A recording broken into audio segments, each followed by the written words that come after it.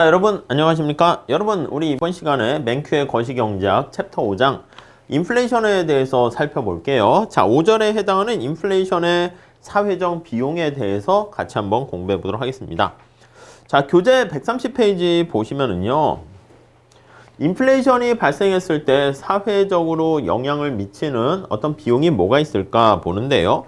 첫 번째 우리 책에서는 일반인의 견해와 고전학파의 대응 이렇게 얘기했습니다. 인플레이션이 발생하게 되면 이게 우려스럽죠. 왜요? 아니 물가가 상승하니까 이전과 똑같은 물건을 살 때 가격이 올라가서 사람들은 더 많은 돈을 지불해야 된다고. 그래서 요거에 대한 영향에 대해서 그냥 보통 일반인들은 일반적인 상식에 따랐을 때는 물가가 올라가니까 거기 보시면 첫 번째 줄에 왜 사회적 문제가 되냐면 나를 빈곤하게 만들 거야. 이게 물가 상승은 빈곤해져. 그치? 장바구니가 가벼워진다. 이렇게 얘기를 하게 되는 거지. 빈곤해져. 이렇게. 근데 거기 보시면 일반적으로 범하는 오류라고 나와 있습니다. 두 번째 단락에 보시면 왜? 거기 보시면 이 일반적인 오류가 아니라 제대로 된 거는 고전학파 경제학자들이 생각하는 건데 물가가 올라가잖아? 그럼 거기에 맞춰서 사람들이 다 예측이 가능하는 거야. 그래서 인플레이션에 대비해서 우리가 소위 말하는 명목임금이라든가 명목소득 같은 것들이 다 증가하는 거야. 그래서 명목변수, 명목임금이라든가 명목소득 같은 것들이 다 증가하게 되고 자 이렇게 다 증가하게 되면 같은 크기만큼 증가하게 되니까 사실은 아무 효과가 없다 이렇게 보시면 되겠습니다. 이해 가시죠? 그러니까 우리가 물가가 상승한 만큼 10% 상승했으면 임금도 10% 상승하게 되면 실질 변수에 해당하는 실질 임금과 실질 소득은 아무런 영향이 없어. 이렇게 얘기를 할 수 있는 것이죠. 그래서 실질 임금 그리고 실질 소득 이런 것들은 불변이야. 이렇게 된다고요. 이해 가시겠습니까? 자, 그래서 책에 거기 보시면은요. 노동의 구매력 이런 얘기를 했습니다. 실질 임금은 정부가 얼마나 많은 통화를 발행하느냐에 따라 달려있는 게 아니라 노동의 한계 생산성에 따라 영향을 받는 거야. 그래서 특히 실질 임금 같은 경우에는 이게 책에서는 노동의 구매력 이렇게 표현을 하고 있습니다. 구매력. 자, 실질 임금은 뭐에 영향 받는다? 한계 생산, 노동의 한계 생산에 의존하는 노동자가 만약에 한계 생산이 하락하지 않으면 실질 임금은 그대로 유지가 된다라고 보시면 되겠습니다. 자, 그렇기 때문에 노동의 한계 생산이 변함없을 때 명목 변수가 바로 움직이기 때문에 인플레이션이 변화했을 때 아무런 영향이 없게 되는 거예요. 자, 그래서 맨 마지막 제출에 보시면 고전학파 이론에 따랐을 때는 물가 수준의 변화는 측정 단위가 변화하는 겁니다. 자, 그래서 거리 측정 단위를 피트에서 인치로 바꾸는 거랑 똑같습니다. 무슨 말씀인지 아시겠죠? 자, 여기서 131페이지 가보시면 숫자 자체가 커지고 실제로 변하는 건 없어요. 거기 만약에 여러분 그래서 어떤 대통령에 당선되는 사람이 선거 후보자가 선거 공약으로 여러분들에게 매달 아니면 통장에다가 동그라미 3개를 더 붙여주겠습니다 막 이렇게 얘기하더라도 이거는 아무런 영향이 없어요. 아니 숫자상으로만 우리 뭐 통장에다가 0을 3개 더 붙이고 10개 더 붙이고 그럼 뭐해? 그렇다고 사과가 열려요? 아니거든. 그러니까 실질 변수에 영향 미치는 건 없어. 두 번째 줄에 그 얘기가 있습니다. 자, 어떤 이유인지는 모르겠지만 모든 달러화의 숫자가 10배 증가하는 경우를 상정해 보면 구매하려는 모든 물건의 가격이 인플레이션이 모든 상품의 가격이 평균적인 가격이잖아. 이게 10배 인상됐어요. 그럼 임금 저축에 다 10배 증가합니다. 결국 거기에도 나와 있듯이 숫자 끝에 0이 10배니까 하나 추가되었을 뿐 아무것도 변화하는 건 없습니다. 자, 그래서 고전학파 의견은 뭐냐면 경제 후생이라는 것은 미시경제학이 사실 고전학파 얘기하는 거 아니겠습니까? 상대 가격에 달려 있는 것이지, 상대 가격, 이게 중요한 것이지, 가격이 중요하고, 모든 상품의 가격이 다 변하는 절대 가격, 전반적인 물가 수준에는 아무런 영향이 없다. 이렇게 보시면 되겠습니다. 물가 수준에는 영향이 없다. 이렇게. 네, 이 정도 하나 봐주시죠. 자, 밑에 사례 연구 거기 보시면은요. 그 다음 달러도 하나 볼게. 자, 지속적으로 물가 수준이 상승하는 경우 왜 사회적 문제가 발생합니까? 인플레이션의 비용을 설명하기는 좀 어렵지만 경제학자들은 인플레이션에 따른 영향, 특히 비용 측면에서는 뭐 그닥 크지 않다. 이렇게 얘기합니다. 코스트가 작아. 실제로는 이렇게 얘기해요. 우리가 이제 생각하기에 막 우와 이렇게 크다 이렇게 볼 수 있는데, 그래서 최근에는 거기 보니까 연간 1%에서 5% 사이에 완만한 인플레이션은 오히려 아예 물가가 뭐 그런 거 아니겠습니까? 우리가 뭐 시험 볼 때는 뭐 할 때도 약간의 긴장 상태, 떨리고 흥분, 약간 열이 나는 그런 상태는 오히려 더 좋은 거야. 냉랭한 게 아니라. 그래서 오히려 아주 완만한, 그래서 1에서 5%인데 나라마다 다르지만 대략 한 2%는 좋아 이렇게 권장할 만하다 이렇게 얘기하기도 해요. 그래서 이제 보통 2% 인플레이션, 경제가 성장하는 과정에서 팽창하는 과정에서 약간 서서히 성장 상승하는 과정에서는 이렇게 한 2% 열이 약간 나는 거는 괜찮다 이렇게 볼 수 있습니다. 자, 밑에는 경제학자와 일반인들의 인플레이션에 대한 생각인데, 거기 보시면 첫 번째 줄에 노벨상을 96년에 받은 로버트 실러라는 교수가 집단을 나눴어요. 이것처럼 일반인 집단과 경제학자들의 집단으로 나눠가지고 경제학 학습 여부에 따라서 인플레이션에 대한 태도가 어떻게 달라지는가 봤어요. 자, 첫 번째, 두 번째 다르게 설문 보시면 사람들에게 인플레이션으로 인해서 가장 큰 고통을 받게 되는 것은 실질 구매력을 약화시켜 자신들을 진짜 빈곤하게 만드나? 이렇게 설문조사를 했습니다. 자, 설문조사를 했는데, 자, 어떤 설문조사를 했습니까? 1번. 인플레는 진짜 우리를 빈곤하게 만드는가? 빈곤 여부. 이렇게.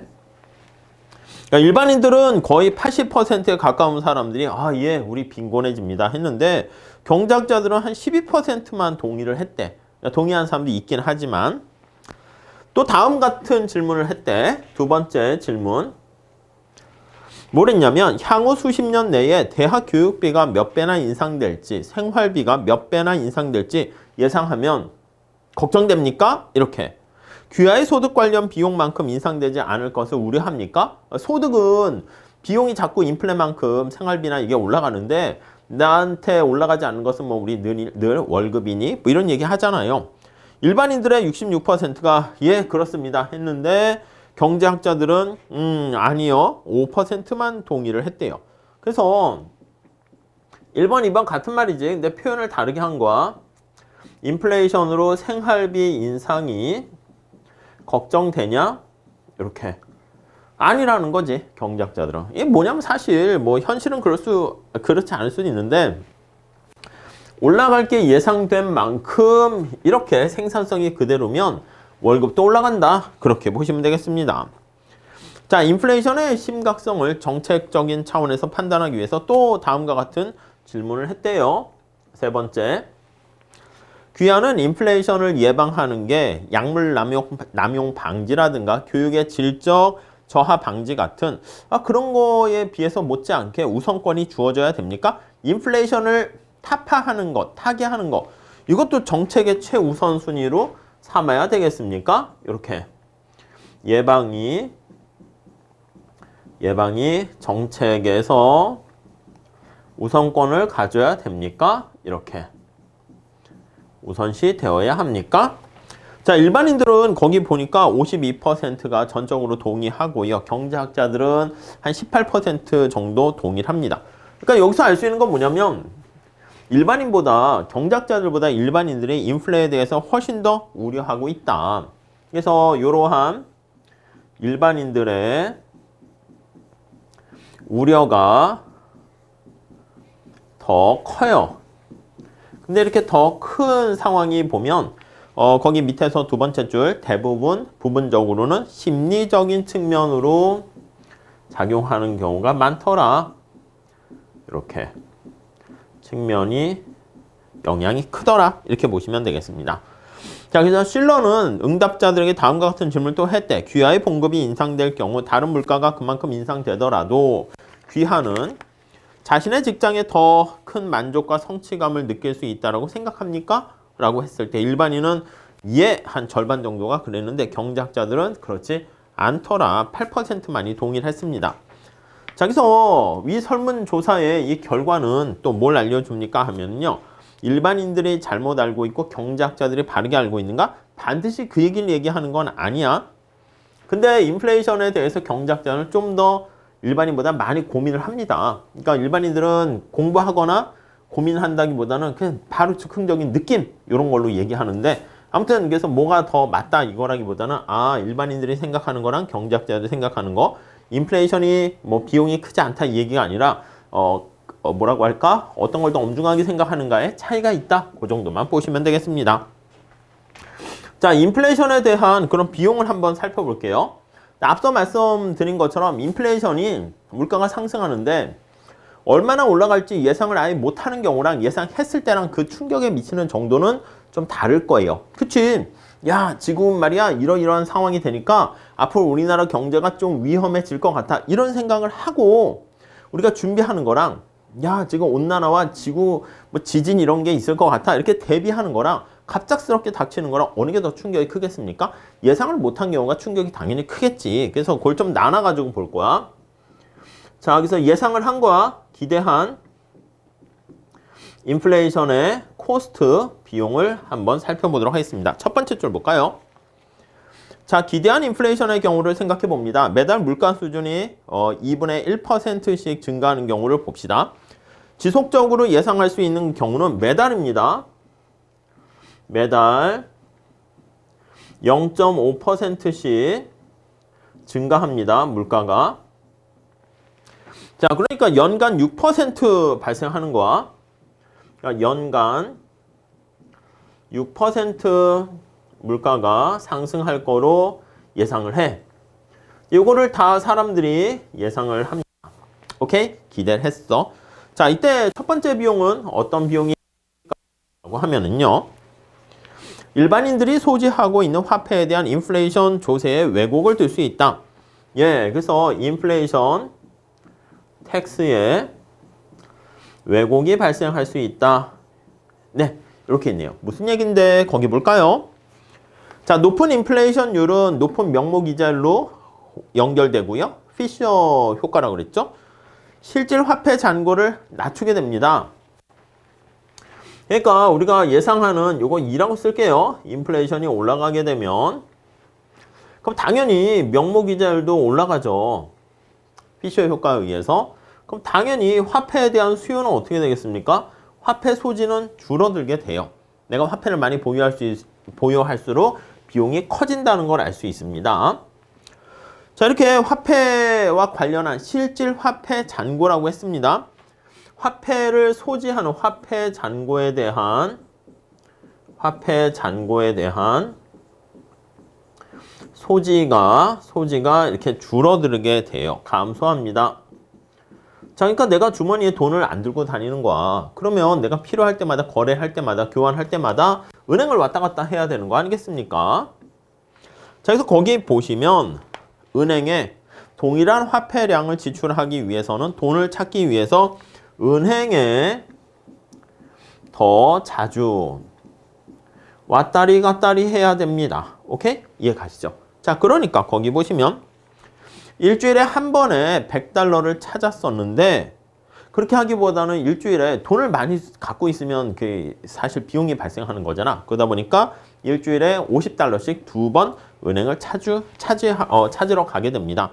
자, 화폐 소지를 감축하는 데 따른 이러한 불편함을 은유적으로 뭐라고 얘기합니까? 라고 하면은 이거를 구두 밑창이 타러 없어진다 해서 밑에 슈레더 코스트 구두창 비용 이렇게 얘기합니다. 은유적으로 표현한 것이죠. 네, 이렇게 정리를 하시면 되겠습니다. 자, 은행에 자주 방문함에 따라 구두창이 더 빨리 닳아 없어지기 때문이다. 이렇게 보시면 되겠고요. 다음 두 번째, 비슷한 얘기이긴 한데요. 자, 높은 인플레이션으로 인해서 기업들이 공표된 가격을 더 자주 변경을 하게 된다. 공표된 가격에 대한 공표를 자주 변경합니다. 그러니까 물가가 올라가니까 짜장면 가격이라든가 이런 것도요. 계속 그 가격으로 유지할 수 없고 자꾸 바꿔야 된단 말이지. 그래서 새로운 목록표를 작성하게 되고요. 이걸 또 은유적으로 표현해서 요 맨큐 교수가 얘기했다라고 하죠. 메뉴 코스트 이렇게 표현을 합니다. 자, 인플레이션율이 높을수록 세 번째 줄 보시면 음식점은 더 자주 새로운 메뉴표를 인쇄해야 되고 이런 비용들을 메뉴 비용 이렇게 얘기합니다. 자, 인플레이션과 관련된 세 번째 비용, 전부 다 예상을 했을지라도 발생하는 거와 거기 대응하는 과정에서 여러 가지 자질구레한 불편과 비용이 발생하게 되는 것이죠. 자, 메뉴 비용에 직면한 기업들은 제때 가격을 변화시키지 못해서 발생하는 거예요. 인플레이션이 높을수록 상대 가격의 변화도 당연히 커지게 되겠죠. 자, 거기 보시면 그런 예가 거기 나와 있습니다. 자, 그래서 거기 보시면 이렇게 인플레이션에 상대 가격 변화를 유발하게 되면은 거기 나와 있는 것처럼 누구는 이제 메뉴판을 갈고 가격을 인상하는 데가 있고 누구는 안 하고 대응을 어떻게 하느냐에 따라서 상대 가격이 달라집니다. 자, 그래서 거기 보시면 매월 인플레이션율이 0.5%씩 증가한다라고 하면은 6%만큼 거기 나와 있는 것처럼 기업의 상대 가격은 하락하게 되는 거야. 그럼 목록표에 판매하는 것은 연초와 연말에 그게 달라지게 됩니다. 그래서 연말에는 거기 보시면 목표에서 판매가 연말에는 많아지는, 왜냐면 상대 가격이 변화하게 되는 거지. 상대 가격이 하락하게 되고 하락하면 그러니까 연초와 연말이 다른 거야. 즉각 이렇게 반영을 시키지 못하기 때문에. 그래서 거기 보시면은 연말에 거기 보시면은 판매량이 많아지게 되는 그런 결과 자원 배분에 비효율성이 발생하게 된다. 사실은 연말과 연초가 뭐 별 차이가 없어야 되는데 차이가 발생하게 됩니다. 다음 네 번째는 조세법에 따른 그거야. 우리 인플레이션 텍스라고 생각하시면 되겠습니다. 인플레이션 텍스랑 비슷한 거지. 이제 인플레이션 텍스 자체는 아니긴 하지만 인플레이션이 발생했을 때 조세법 때문에 발생하는 문제입니다. 자, 거기 보시면 특히 자본소득에 대한 처리 문제가 발생해요. 자본소득에 대한 처리 문제. 자, 다음 페이지 한번 보도록 하겠습니다. 자, 133페이지 가보시면 여러분들이 주식을 샀어. 주식을 구입했는데 1년 뒤에 동일한 가격으로 판매했다고 할게요. 주식을 지금 구입을 하고 1년 후 판매했어요. 근데 거기 보시면 동일한 가격으로 판매를 하고 있는데 자, 이 사람은 그러니까 실제 소득은 변화한 게 없어. 근데 정부가 세금을 부과하지 않아야지. 근데 실제로 인플레이션이 없다면 조세와 관련해서는 조세 부담은 빵 이렇게 되는데 인플레이션이 6%가 되면 처음에 거기에 나와 있는 것처럼 만약에 $100를 주고 이걸 샀다라고 한번 해볼게요. 네, 1년 뒤에 이거를 얼마에 팔았냐면 $106에 판매를 했어요. 오케이? 자, 근데 인플레이션율이 얼마 됐다? 인플레이션율이 파이가 6% 이렇게 됐으면 내가 자본이득이 6% 명목가치로 얻었어. $6만큼 얻었지만 물가가 6% 올라갔기 때문에 나의 실질 자본이득은 하나도 없어. 이해 가시죠? 남는 게 없는 거잖아. 자, 그런데 조세법상에서 자본소득에 대해서 세금을 때릴 때 어디에 세금을 때리는가 하면은 텍스를 부과하는데 여기에 때립니다. 이해 가시죠? 그러니까 이게 그냥 임금이라든가 소득도 마찬가지야. 물가가 내가 임금이 100만 원의 임금을 벌고 있는데 근데 물가가 만약에 10만 원이야. 그럼 사과를 몇 개 사요? 사과를 10개 구입을 한단 말이지. 이해 가세요? 똑같은 얘기야. 물가가 예상이 됐어. 그래서 물가가 이렇게 20으로 올라갔어. 그러니까 내가 사장님한테 얘기하는 거지. 사장님, 이렇게 물가가 2배 올라갔으니까 제가 구입할 수 있는 사과의 개수는 5개밖에 안 됩니다. 저의 생산성은 이전과 그대로 변함이 없고 열심히 일을 하고 있으니까 저희가 뭐 큰 욕심 내는 건 아니고 사과를 그냥 10개는 구입할 수 있게 해 주시면 좋겠습니다. 사장님도 그런 걸 다 알고 있어. 그래서 예, 안 그래도 이번에 사과 10개 살 수 있도록 임금을 $200로 이렇게 올려드렸습니다. 오케이? 그럼 나는 실질 소득, 실질 구매력은 사과 10개는 변함이 없어. 근데 여기 나와 있는 것처럼 조세법상에서는 세금을 여기다 때린다고. 이해 가세요? 오호, 부자 되셨네. 2배나. 이렇게 되니까 내가 사실 실질 소득 측면에서 봤을 때는 변함이 없는데 세금을 더 많이 내는 결과를 초래한다 라는 것을 알 수가 있겠습니다. 요거랑 똑같습니다. 예, 그래서 거기 보시면 예상된 인플레이션 그 자체가 거기 나와 있는 조세 부과에 커다란 영향을 미친다 라는 것을 알 수가 있네요. 자, 그 다음에 예, 여기 좀 지우고 5번째 한번 보도록 하겠습니다. 5번째. 네, 이렇게 보시죠. 5번째는요. 5번째. 자, 133페이지 두 번째 단락 볼까요? 자, 물가 수준이 변화하는 세계에 따른 불편이다. 화폐는 경제 거래를 측정하는 잣대라고 할 수 있어요. 기준이지. 화폐가 얼마다라고 하면 화폐가 어떤 가치 판단의 단위의 기준이 되는 건데 이 기준이 자꾸 변하는 거야. 그래서 거기 나와 있는 것처럼 자, 2022년에는 1야드를 36인치로 하겠습니다. 23년에는 35인치를 하고요. 24년에는 34인치로 하겠고요. 이게 자꾸 변하는 법률을 통과시켰다라고 하면은 뭐 1년마다 1인치씩 줄어드는 거 예상할 수 있게 다 반영했지만 그리고 우리도 알고 있지만 거기 나와 있는 것처럼 불편해집니다. 그래서 측정 기준이 36인치다 그러면 이게 2022년 기준인지 23년 기준인지 그것까지 계속 얘기를 해야 돼. 그에 맞춰서 인플레이션을 고려해서 수정을 해줘야 됩니다. 지수화로 만들어야 되는 거야. 그래서 거기 보시면 시점마다 이게 기준이 달라지기 때문에 그런 거죠. 자, 그래서 두 번째 단락 한번 볼까요? 물가 수준이 변화할 때는요, 개인의 재무 계획이 복잡해져. 그래서 미래의 재무 설계가 복잡해져. 내가 말이야 30년 후에 은퇴를 할 텐데 그럼 내가 돈을 얼마나 모아놔야지 뭐 지금 수준과 비슷하게 생활을 할 수가 있을까? 그걸 이제 계획을 한단 말이지.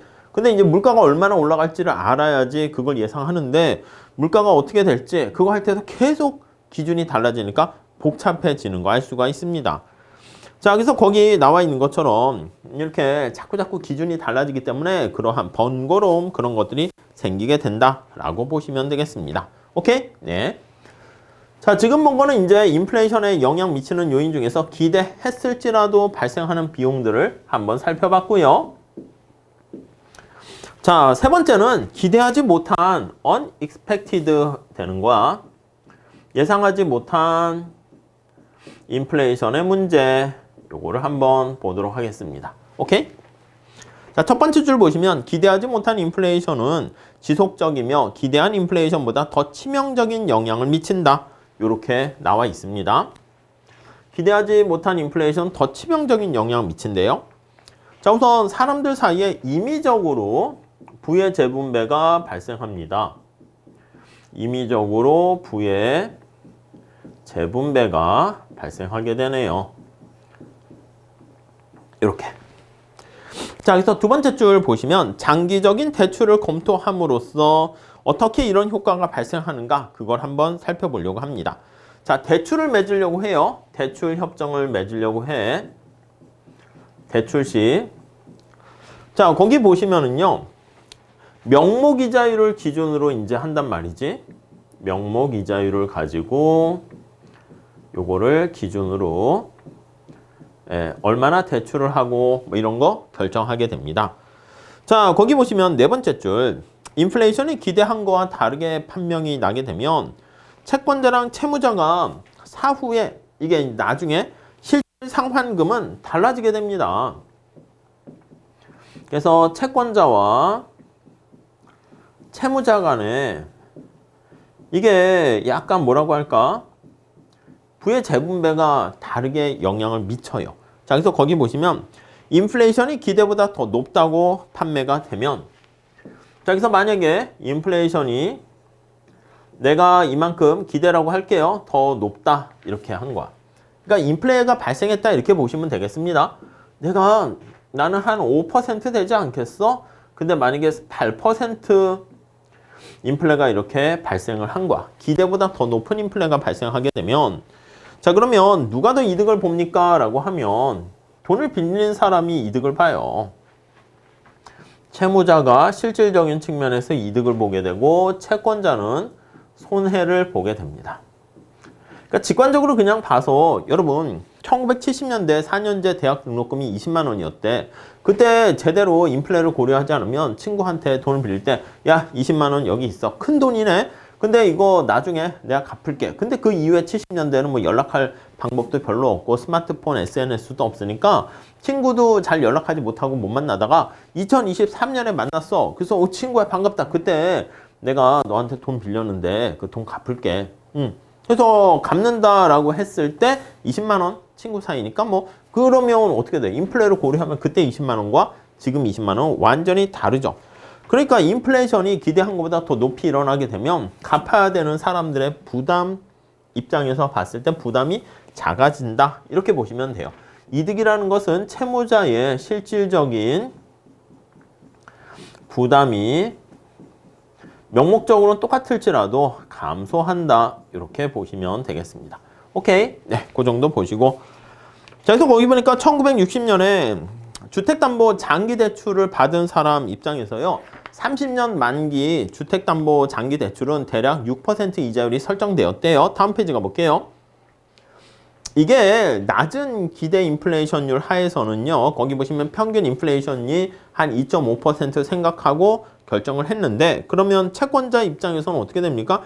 3.5 인플레이션을 고려하더라도 3.5%의 정도 그러니까 6%의 명목 이자율인데 실질 이자율은 여기 실질 이자율 R이라고 쓸게요. 얘는 예상되는 실질 이자율은 명목 이자율에다가 기대 인플레이션율 이렇게 뺀 것이죠. 그러니까 거기 보니까 이자율이 6% 했는데 물가 상승률이 뭐 얼마요? 2.5%에 기초해서 이렇게 되었다. 그러면 요거 차이만큼 평균 10년 동안 이렇게 되니까 이때는 뭐 요 차이만큼이 뭐 한 3.5 뭐 이렇게 되긴 하겠죠. 그래서 뭐 3.5%의 예상 실질 이자율을 기대할 수 있게 되는 것이죠. 자, 그러나 실제로 대출 기간의 인플레이션율이 5%에 달하게 되면 만약에 이게 아니라 5%가 되면 그러면 실질 이자 수익은 1%밖에 안 되는 거잖아. 그러니까 돈을 빌려준 사람들이 받는 실질적인 이득은 3.5를 생각했는데 1%밖에 안 됩니다. 그래서 여기 보시면 사후적인 네, 거기 실질 보상이 갚아야 되는 게 감소합니다. 하락하게 되는 거야. 그러니까 돈을 갚아야 될 채무자 입장에서는 갚아야 될 부담이 작아지네. 그래서 이득이다. 그래서 거기 보시면 기대하지 못한 인플레이션으로 채권자의 희생하에 채무자에게 혜택이 돌아간다. 이렇게 보시면 되겠습니다. 자, 그게 이제 첫 번째 이런 효과고요. 다음 두 번째 볼게요. 두 번째. 자, 134페이지. 자, 기대하지 못한 인플레이션은 또한 고정된 연금으로 생활하는 사람들의 희생을 강요한다. 그렇지. 그러니까 명목이자율과 같이 고정된 어떤 연금이라든가 똑같은 거 아니겠습니까? 야, 나는 말이야 은퇴해서 고정된 임금이라든가 고정된 연금 생활자들은 불리해집니다.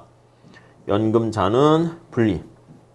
난 매달 말이야 500만 원 받게 됐지. 근데 물가가 너무 많이 상승해서 짜장면 가격이 한 짜장면 그릇당 100만 원 되면 뭐야? 그럼 그 500만 원으로 짜장면 5그릇밖에 못 먹잖아. 그렇기 때문에 네, 은퇴를 했는데 조기 퇴직했을 때 명목 연금에 지불할 것을 동의하게 되면 이 연금이라는 건 뭡니까? 이 사람이 회사에 처음 들어갔을 때 내가 일한 가치보다는 적게 내가 받아간 거야. 그럼 남는 그 차익은 뭐야?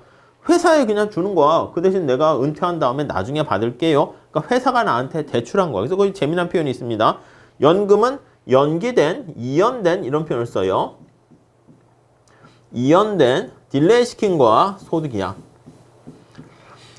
지금 당장 안 받고 잠깐 키핑 하겠습니다.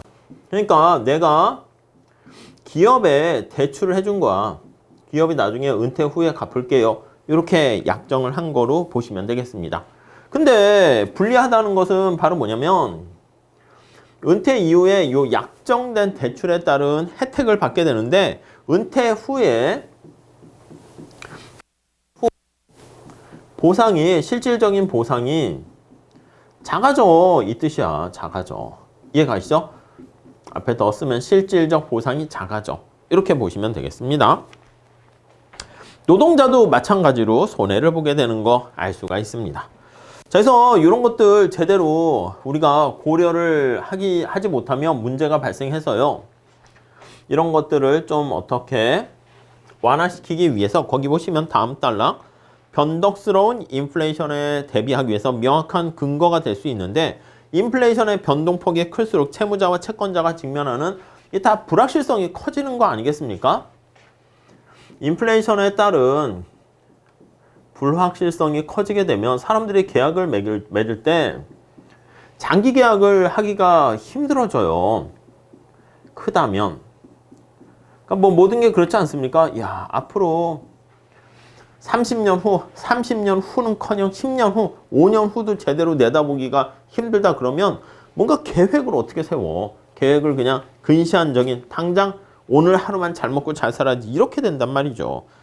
자, 불확실성이 증대되면 대부분 기업도 그렇고요. 사람들은 위험을 싫어해. 그래서 거기도 나와 있죠. 위험 기피자로서 행동을 합니다. 기피자로서 행동을 하게 되니까 불확실성을 싫어해. 그러니까 예측이 불가능성이다? 그러면 피해가 되게 크다라는 걸 알 수 있습니다. 자, 그래서 이를 좀 해결하기 위해서 이에 따른 대비로 우리가 이제 어떻게 합니까? 인덱스를 만듭니다. 지수화시킨다 보시면 되겠습니다. 자, 거기 나와 있어요. 계약을 실질적 기준으로 나타내면 좋은데 그게 명확하게 이게 잘 안 될 수 있으니까 인플레이션이 높고 변동폭이 큰 경제에서는 지수화를 시켜요.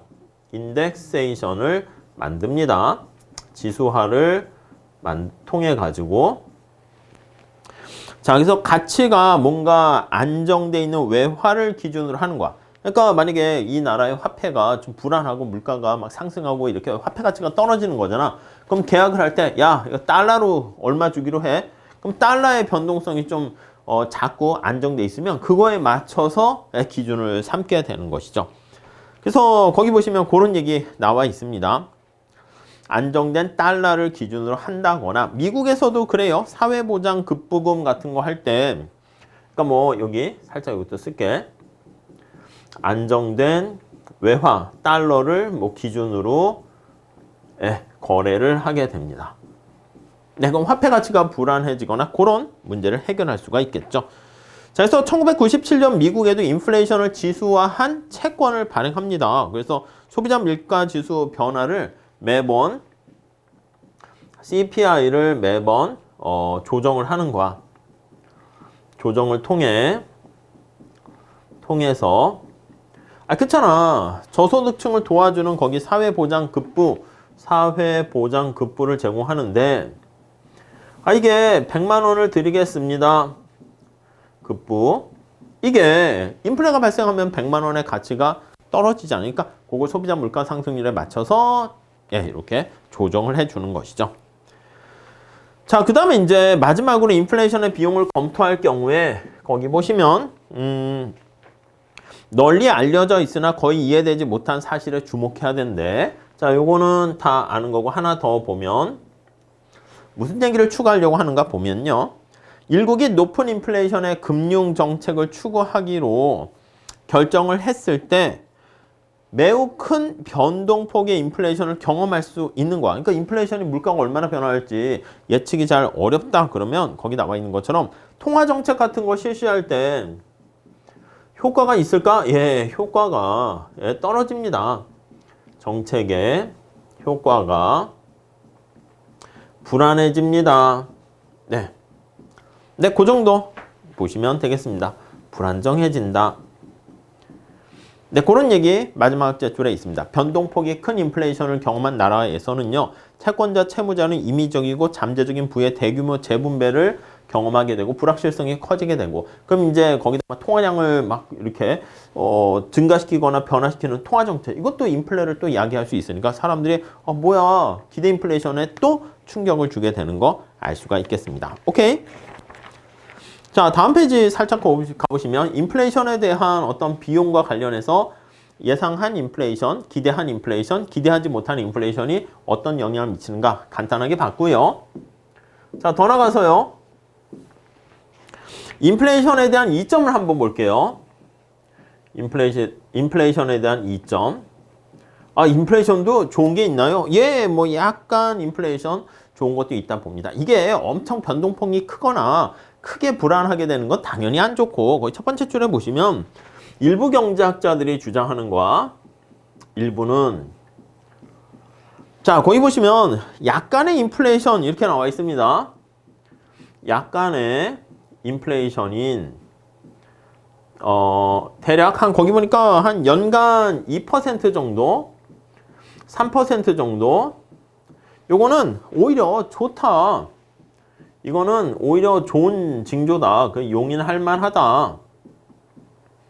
이렇게 얘기를 해요. 왜? 아예 그냥 인플레이션율이 제로가 좋은 거 아니야? 예, 그게 아니다라는 거 얘기할 겁니다. 그러니까 요게 이제 보면 이렇게 약간인 인플레이션, 이거를 우리 다음 두 번째 단락의 첫 번째 줄에 적당한이라고 했습니다.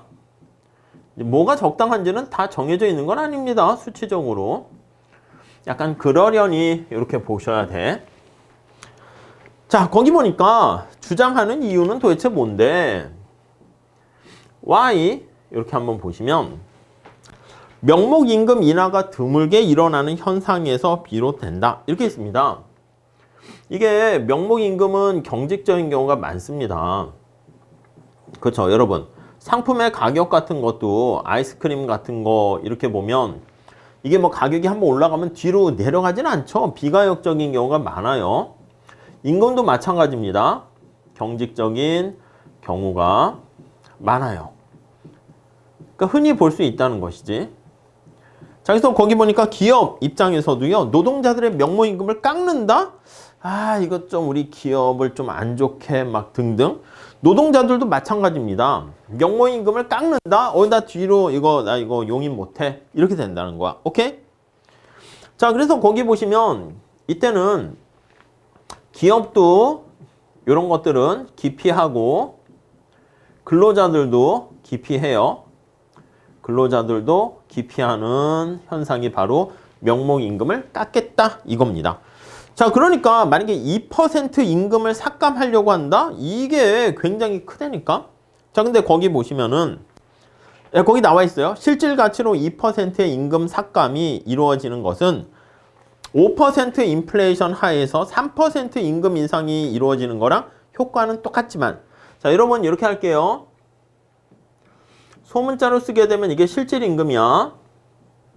그러면 대문자로 쓸게요. 명목 임금을 P로 나눠주는, 물가로 나눠주면 이게 바로 실질 임금과 명목 임금과의 관계, 이렇게 표현할 수 있어요. 여러분 이거 변화율로 우리 표현할 수 있죠. 어떻게 되냐면 실질 임금의 변화율은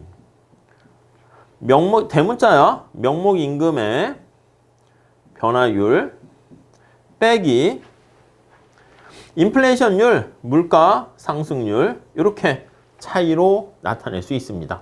이해 가시겠죠? 자, 근데 거기 한번 다시 볼게요.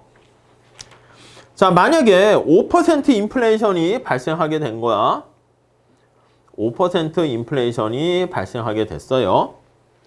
자, 근데 3%의 임금 인상이 일어나게 되면 임금 인상이 3% 일어나게 되면 여기 나와 있는 실질 임금은 어떻게 되는 거야? 사실은 마이너스 2% 이렇게 인하된 거잖아. 오케이? 그러니까 사실은 실질 임금이 이렇게 떨어지는 거랑 같은 효과를 보이는데 거기 나와 있는 것처럼 실증 연구를 해보니까 사람들이 그렇게 생각하지 않는 거야. 실질 임금이 떨어졌다. 이게 잘 생각 안 하고 나 명목임금 올라갔네. 이렇게 생각을 한다고. 그러니까 내려가는 것들은 별로 이렇게 막 이렇게 용인하지 않은 경우가 많습니다. 자, 그래서 명목임금이 드물게 인하된다라는 사실을 보여주고, 그래서 명목임금 말고 실질임금이 사실 진짜 임금 아니겠습니까? 약간의 인플레가 되면서 이렇게 명목임금이 고정돼 있어. 그럼 실질임금을 떨어뜨리는 그런 효과를 보일 수 있다는 것입니다. 자, 그래서 거기 그런 얘기 있습니다. 다음 단락에 보시면 그 얘기가 바로 이거야. 볼까요?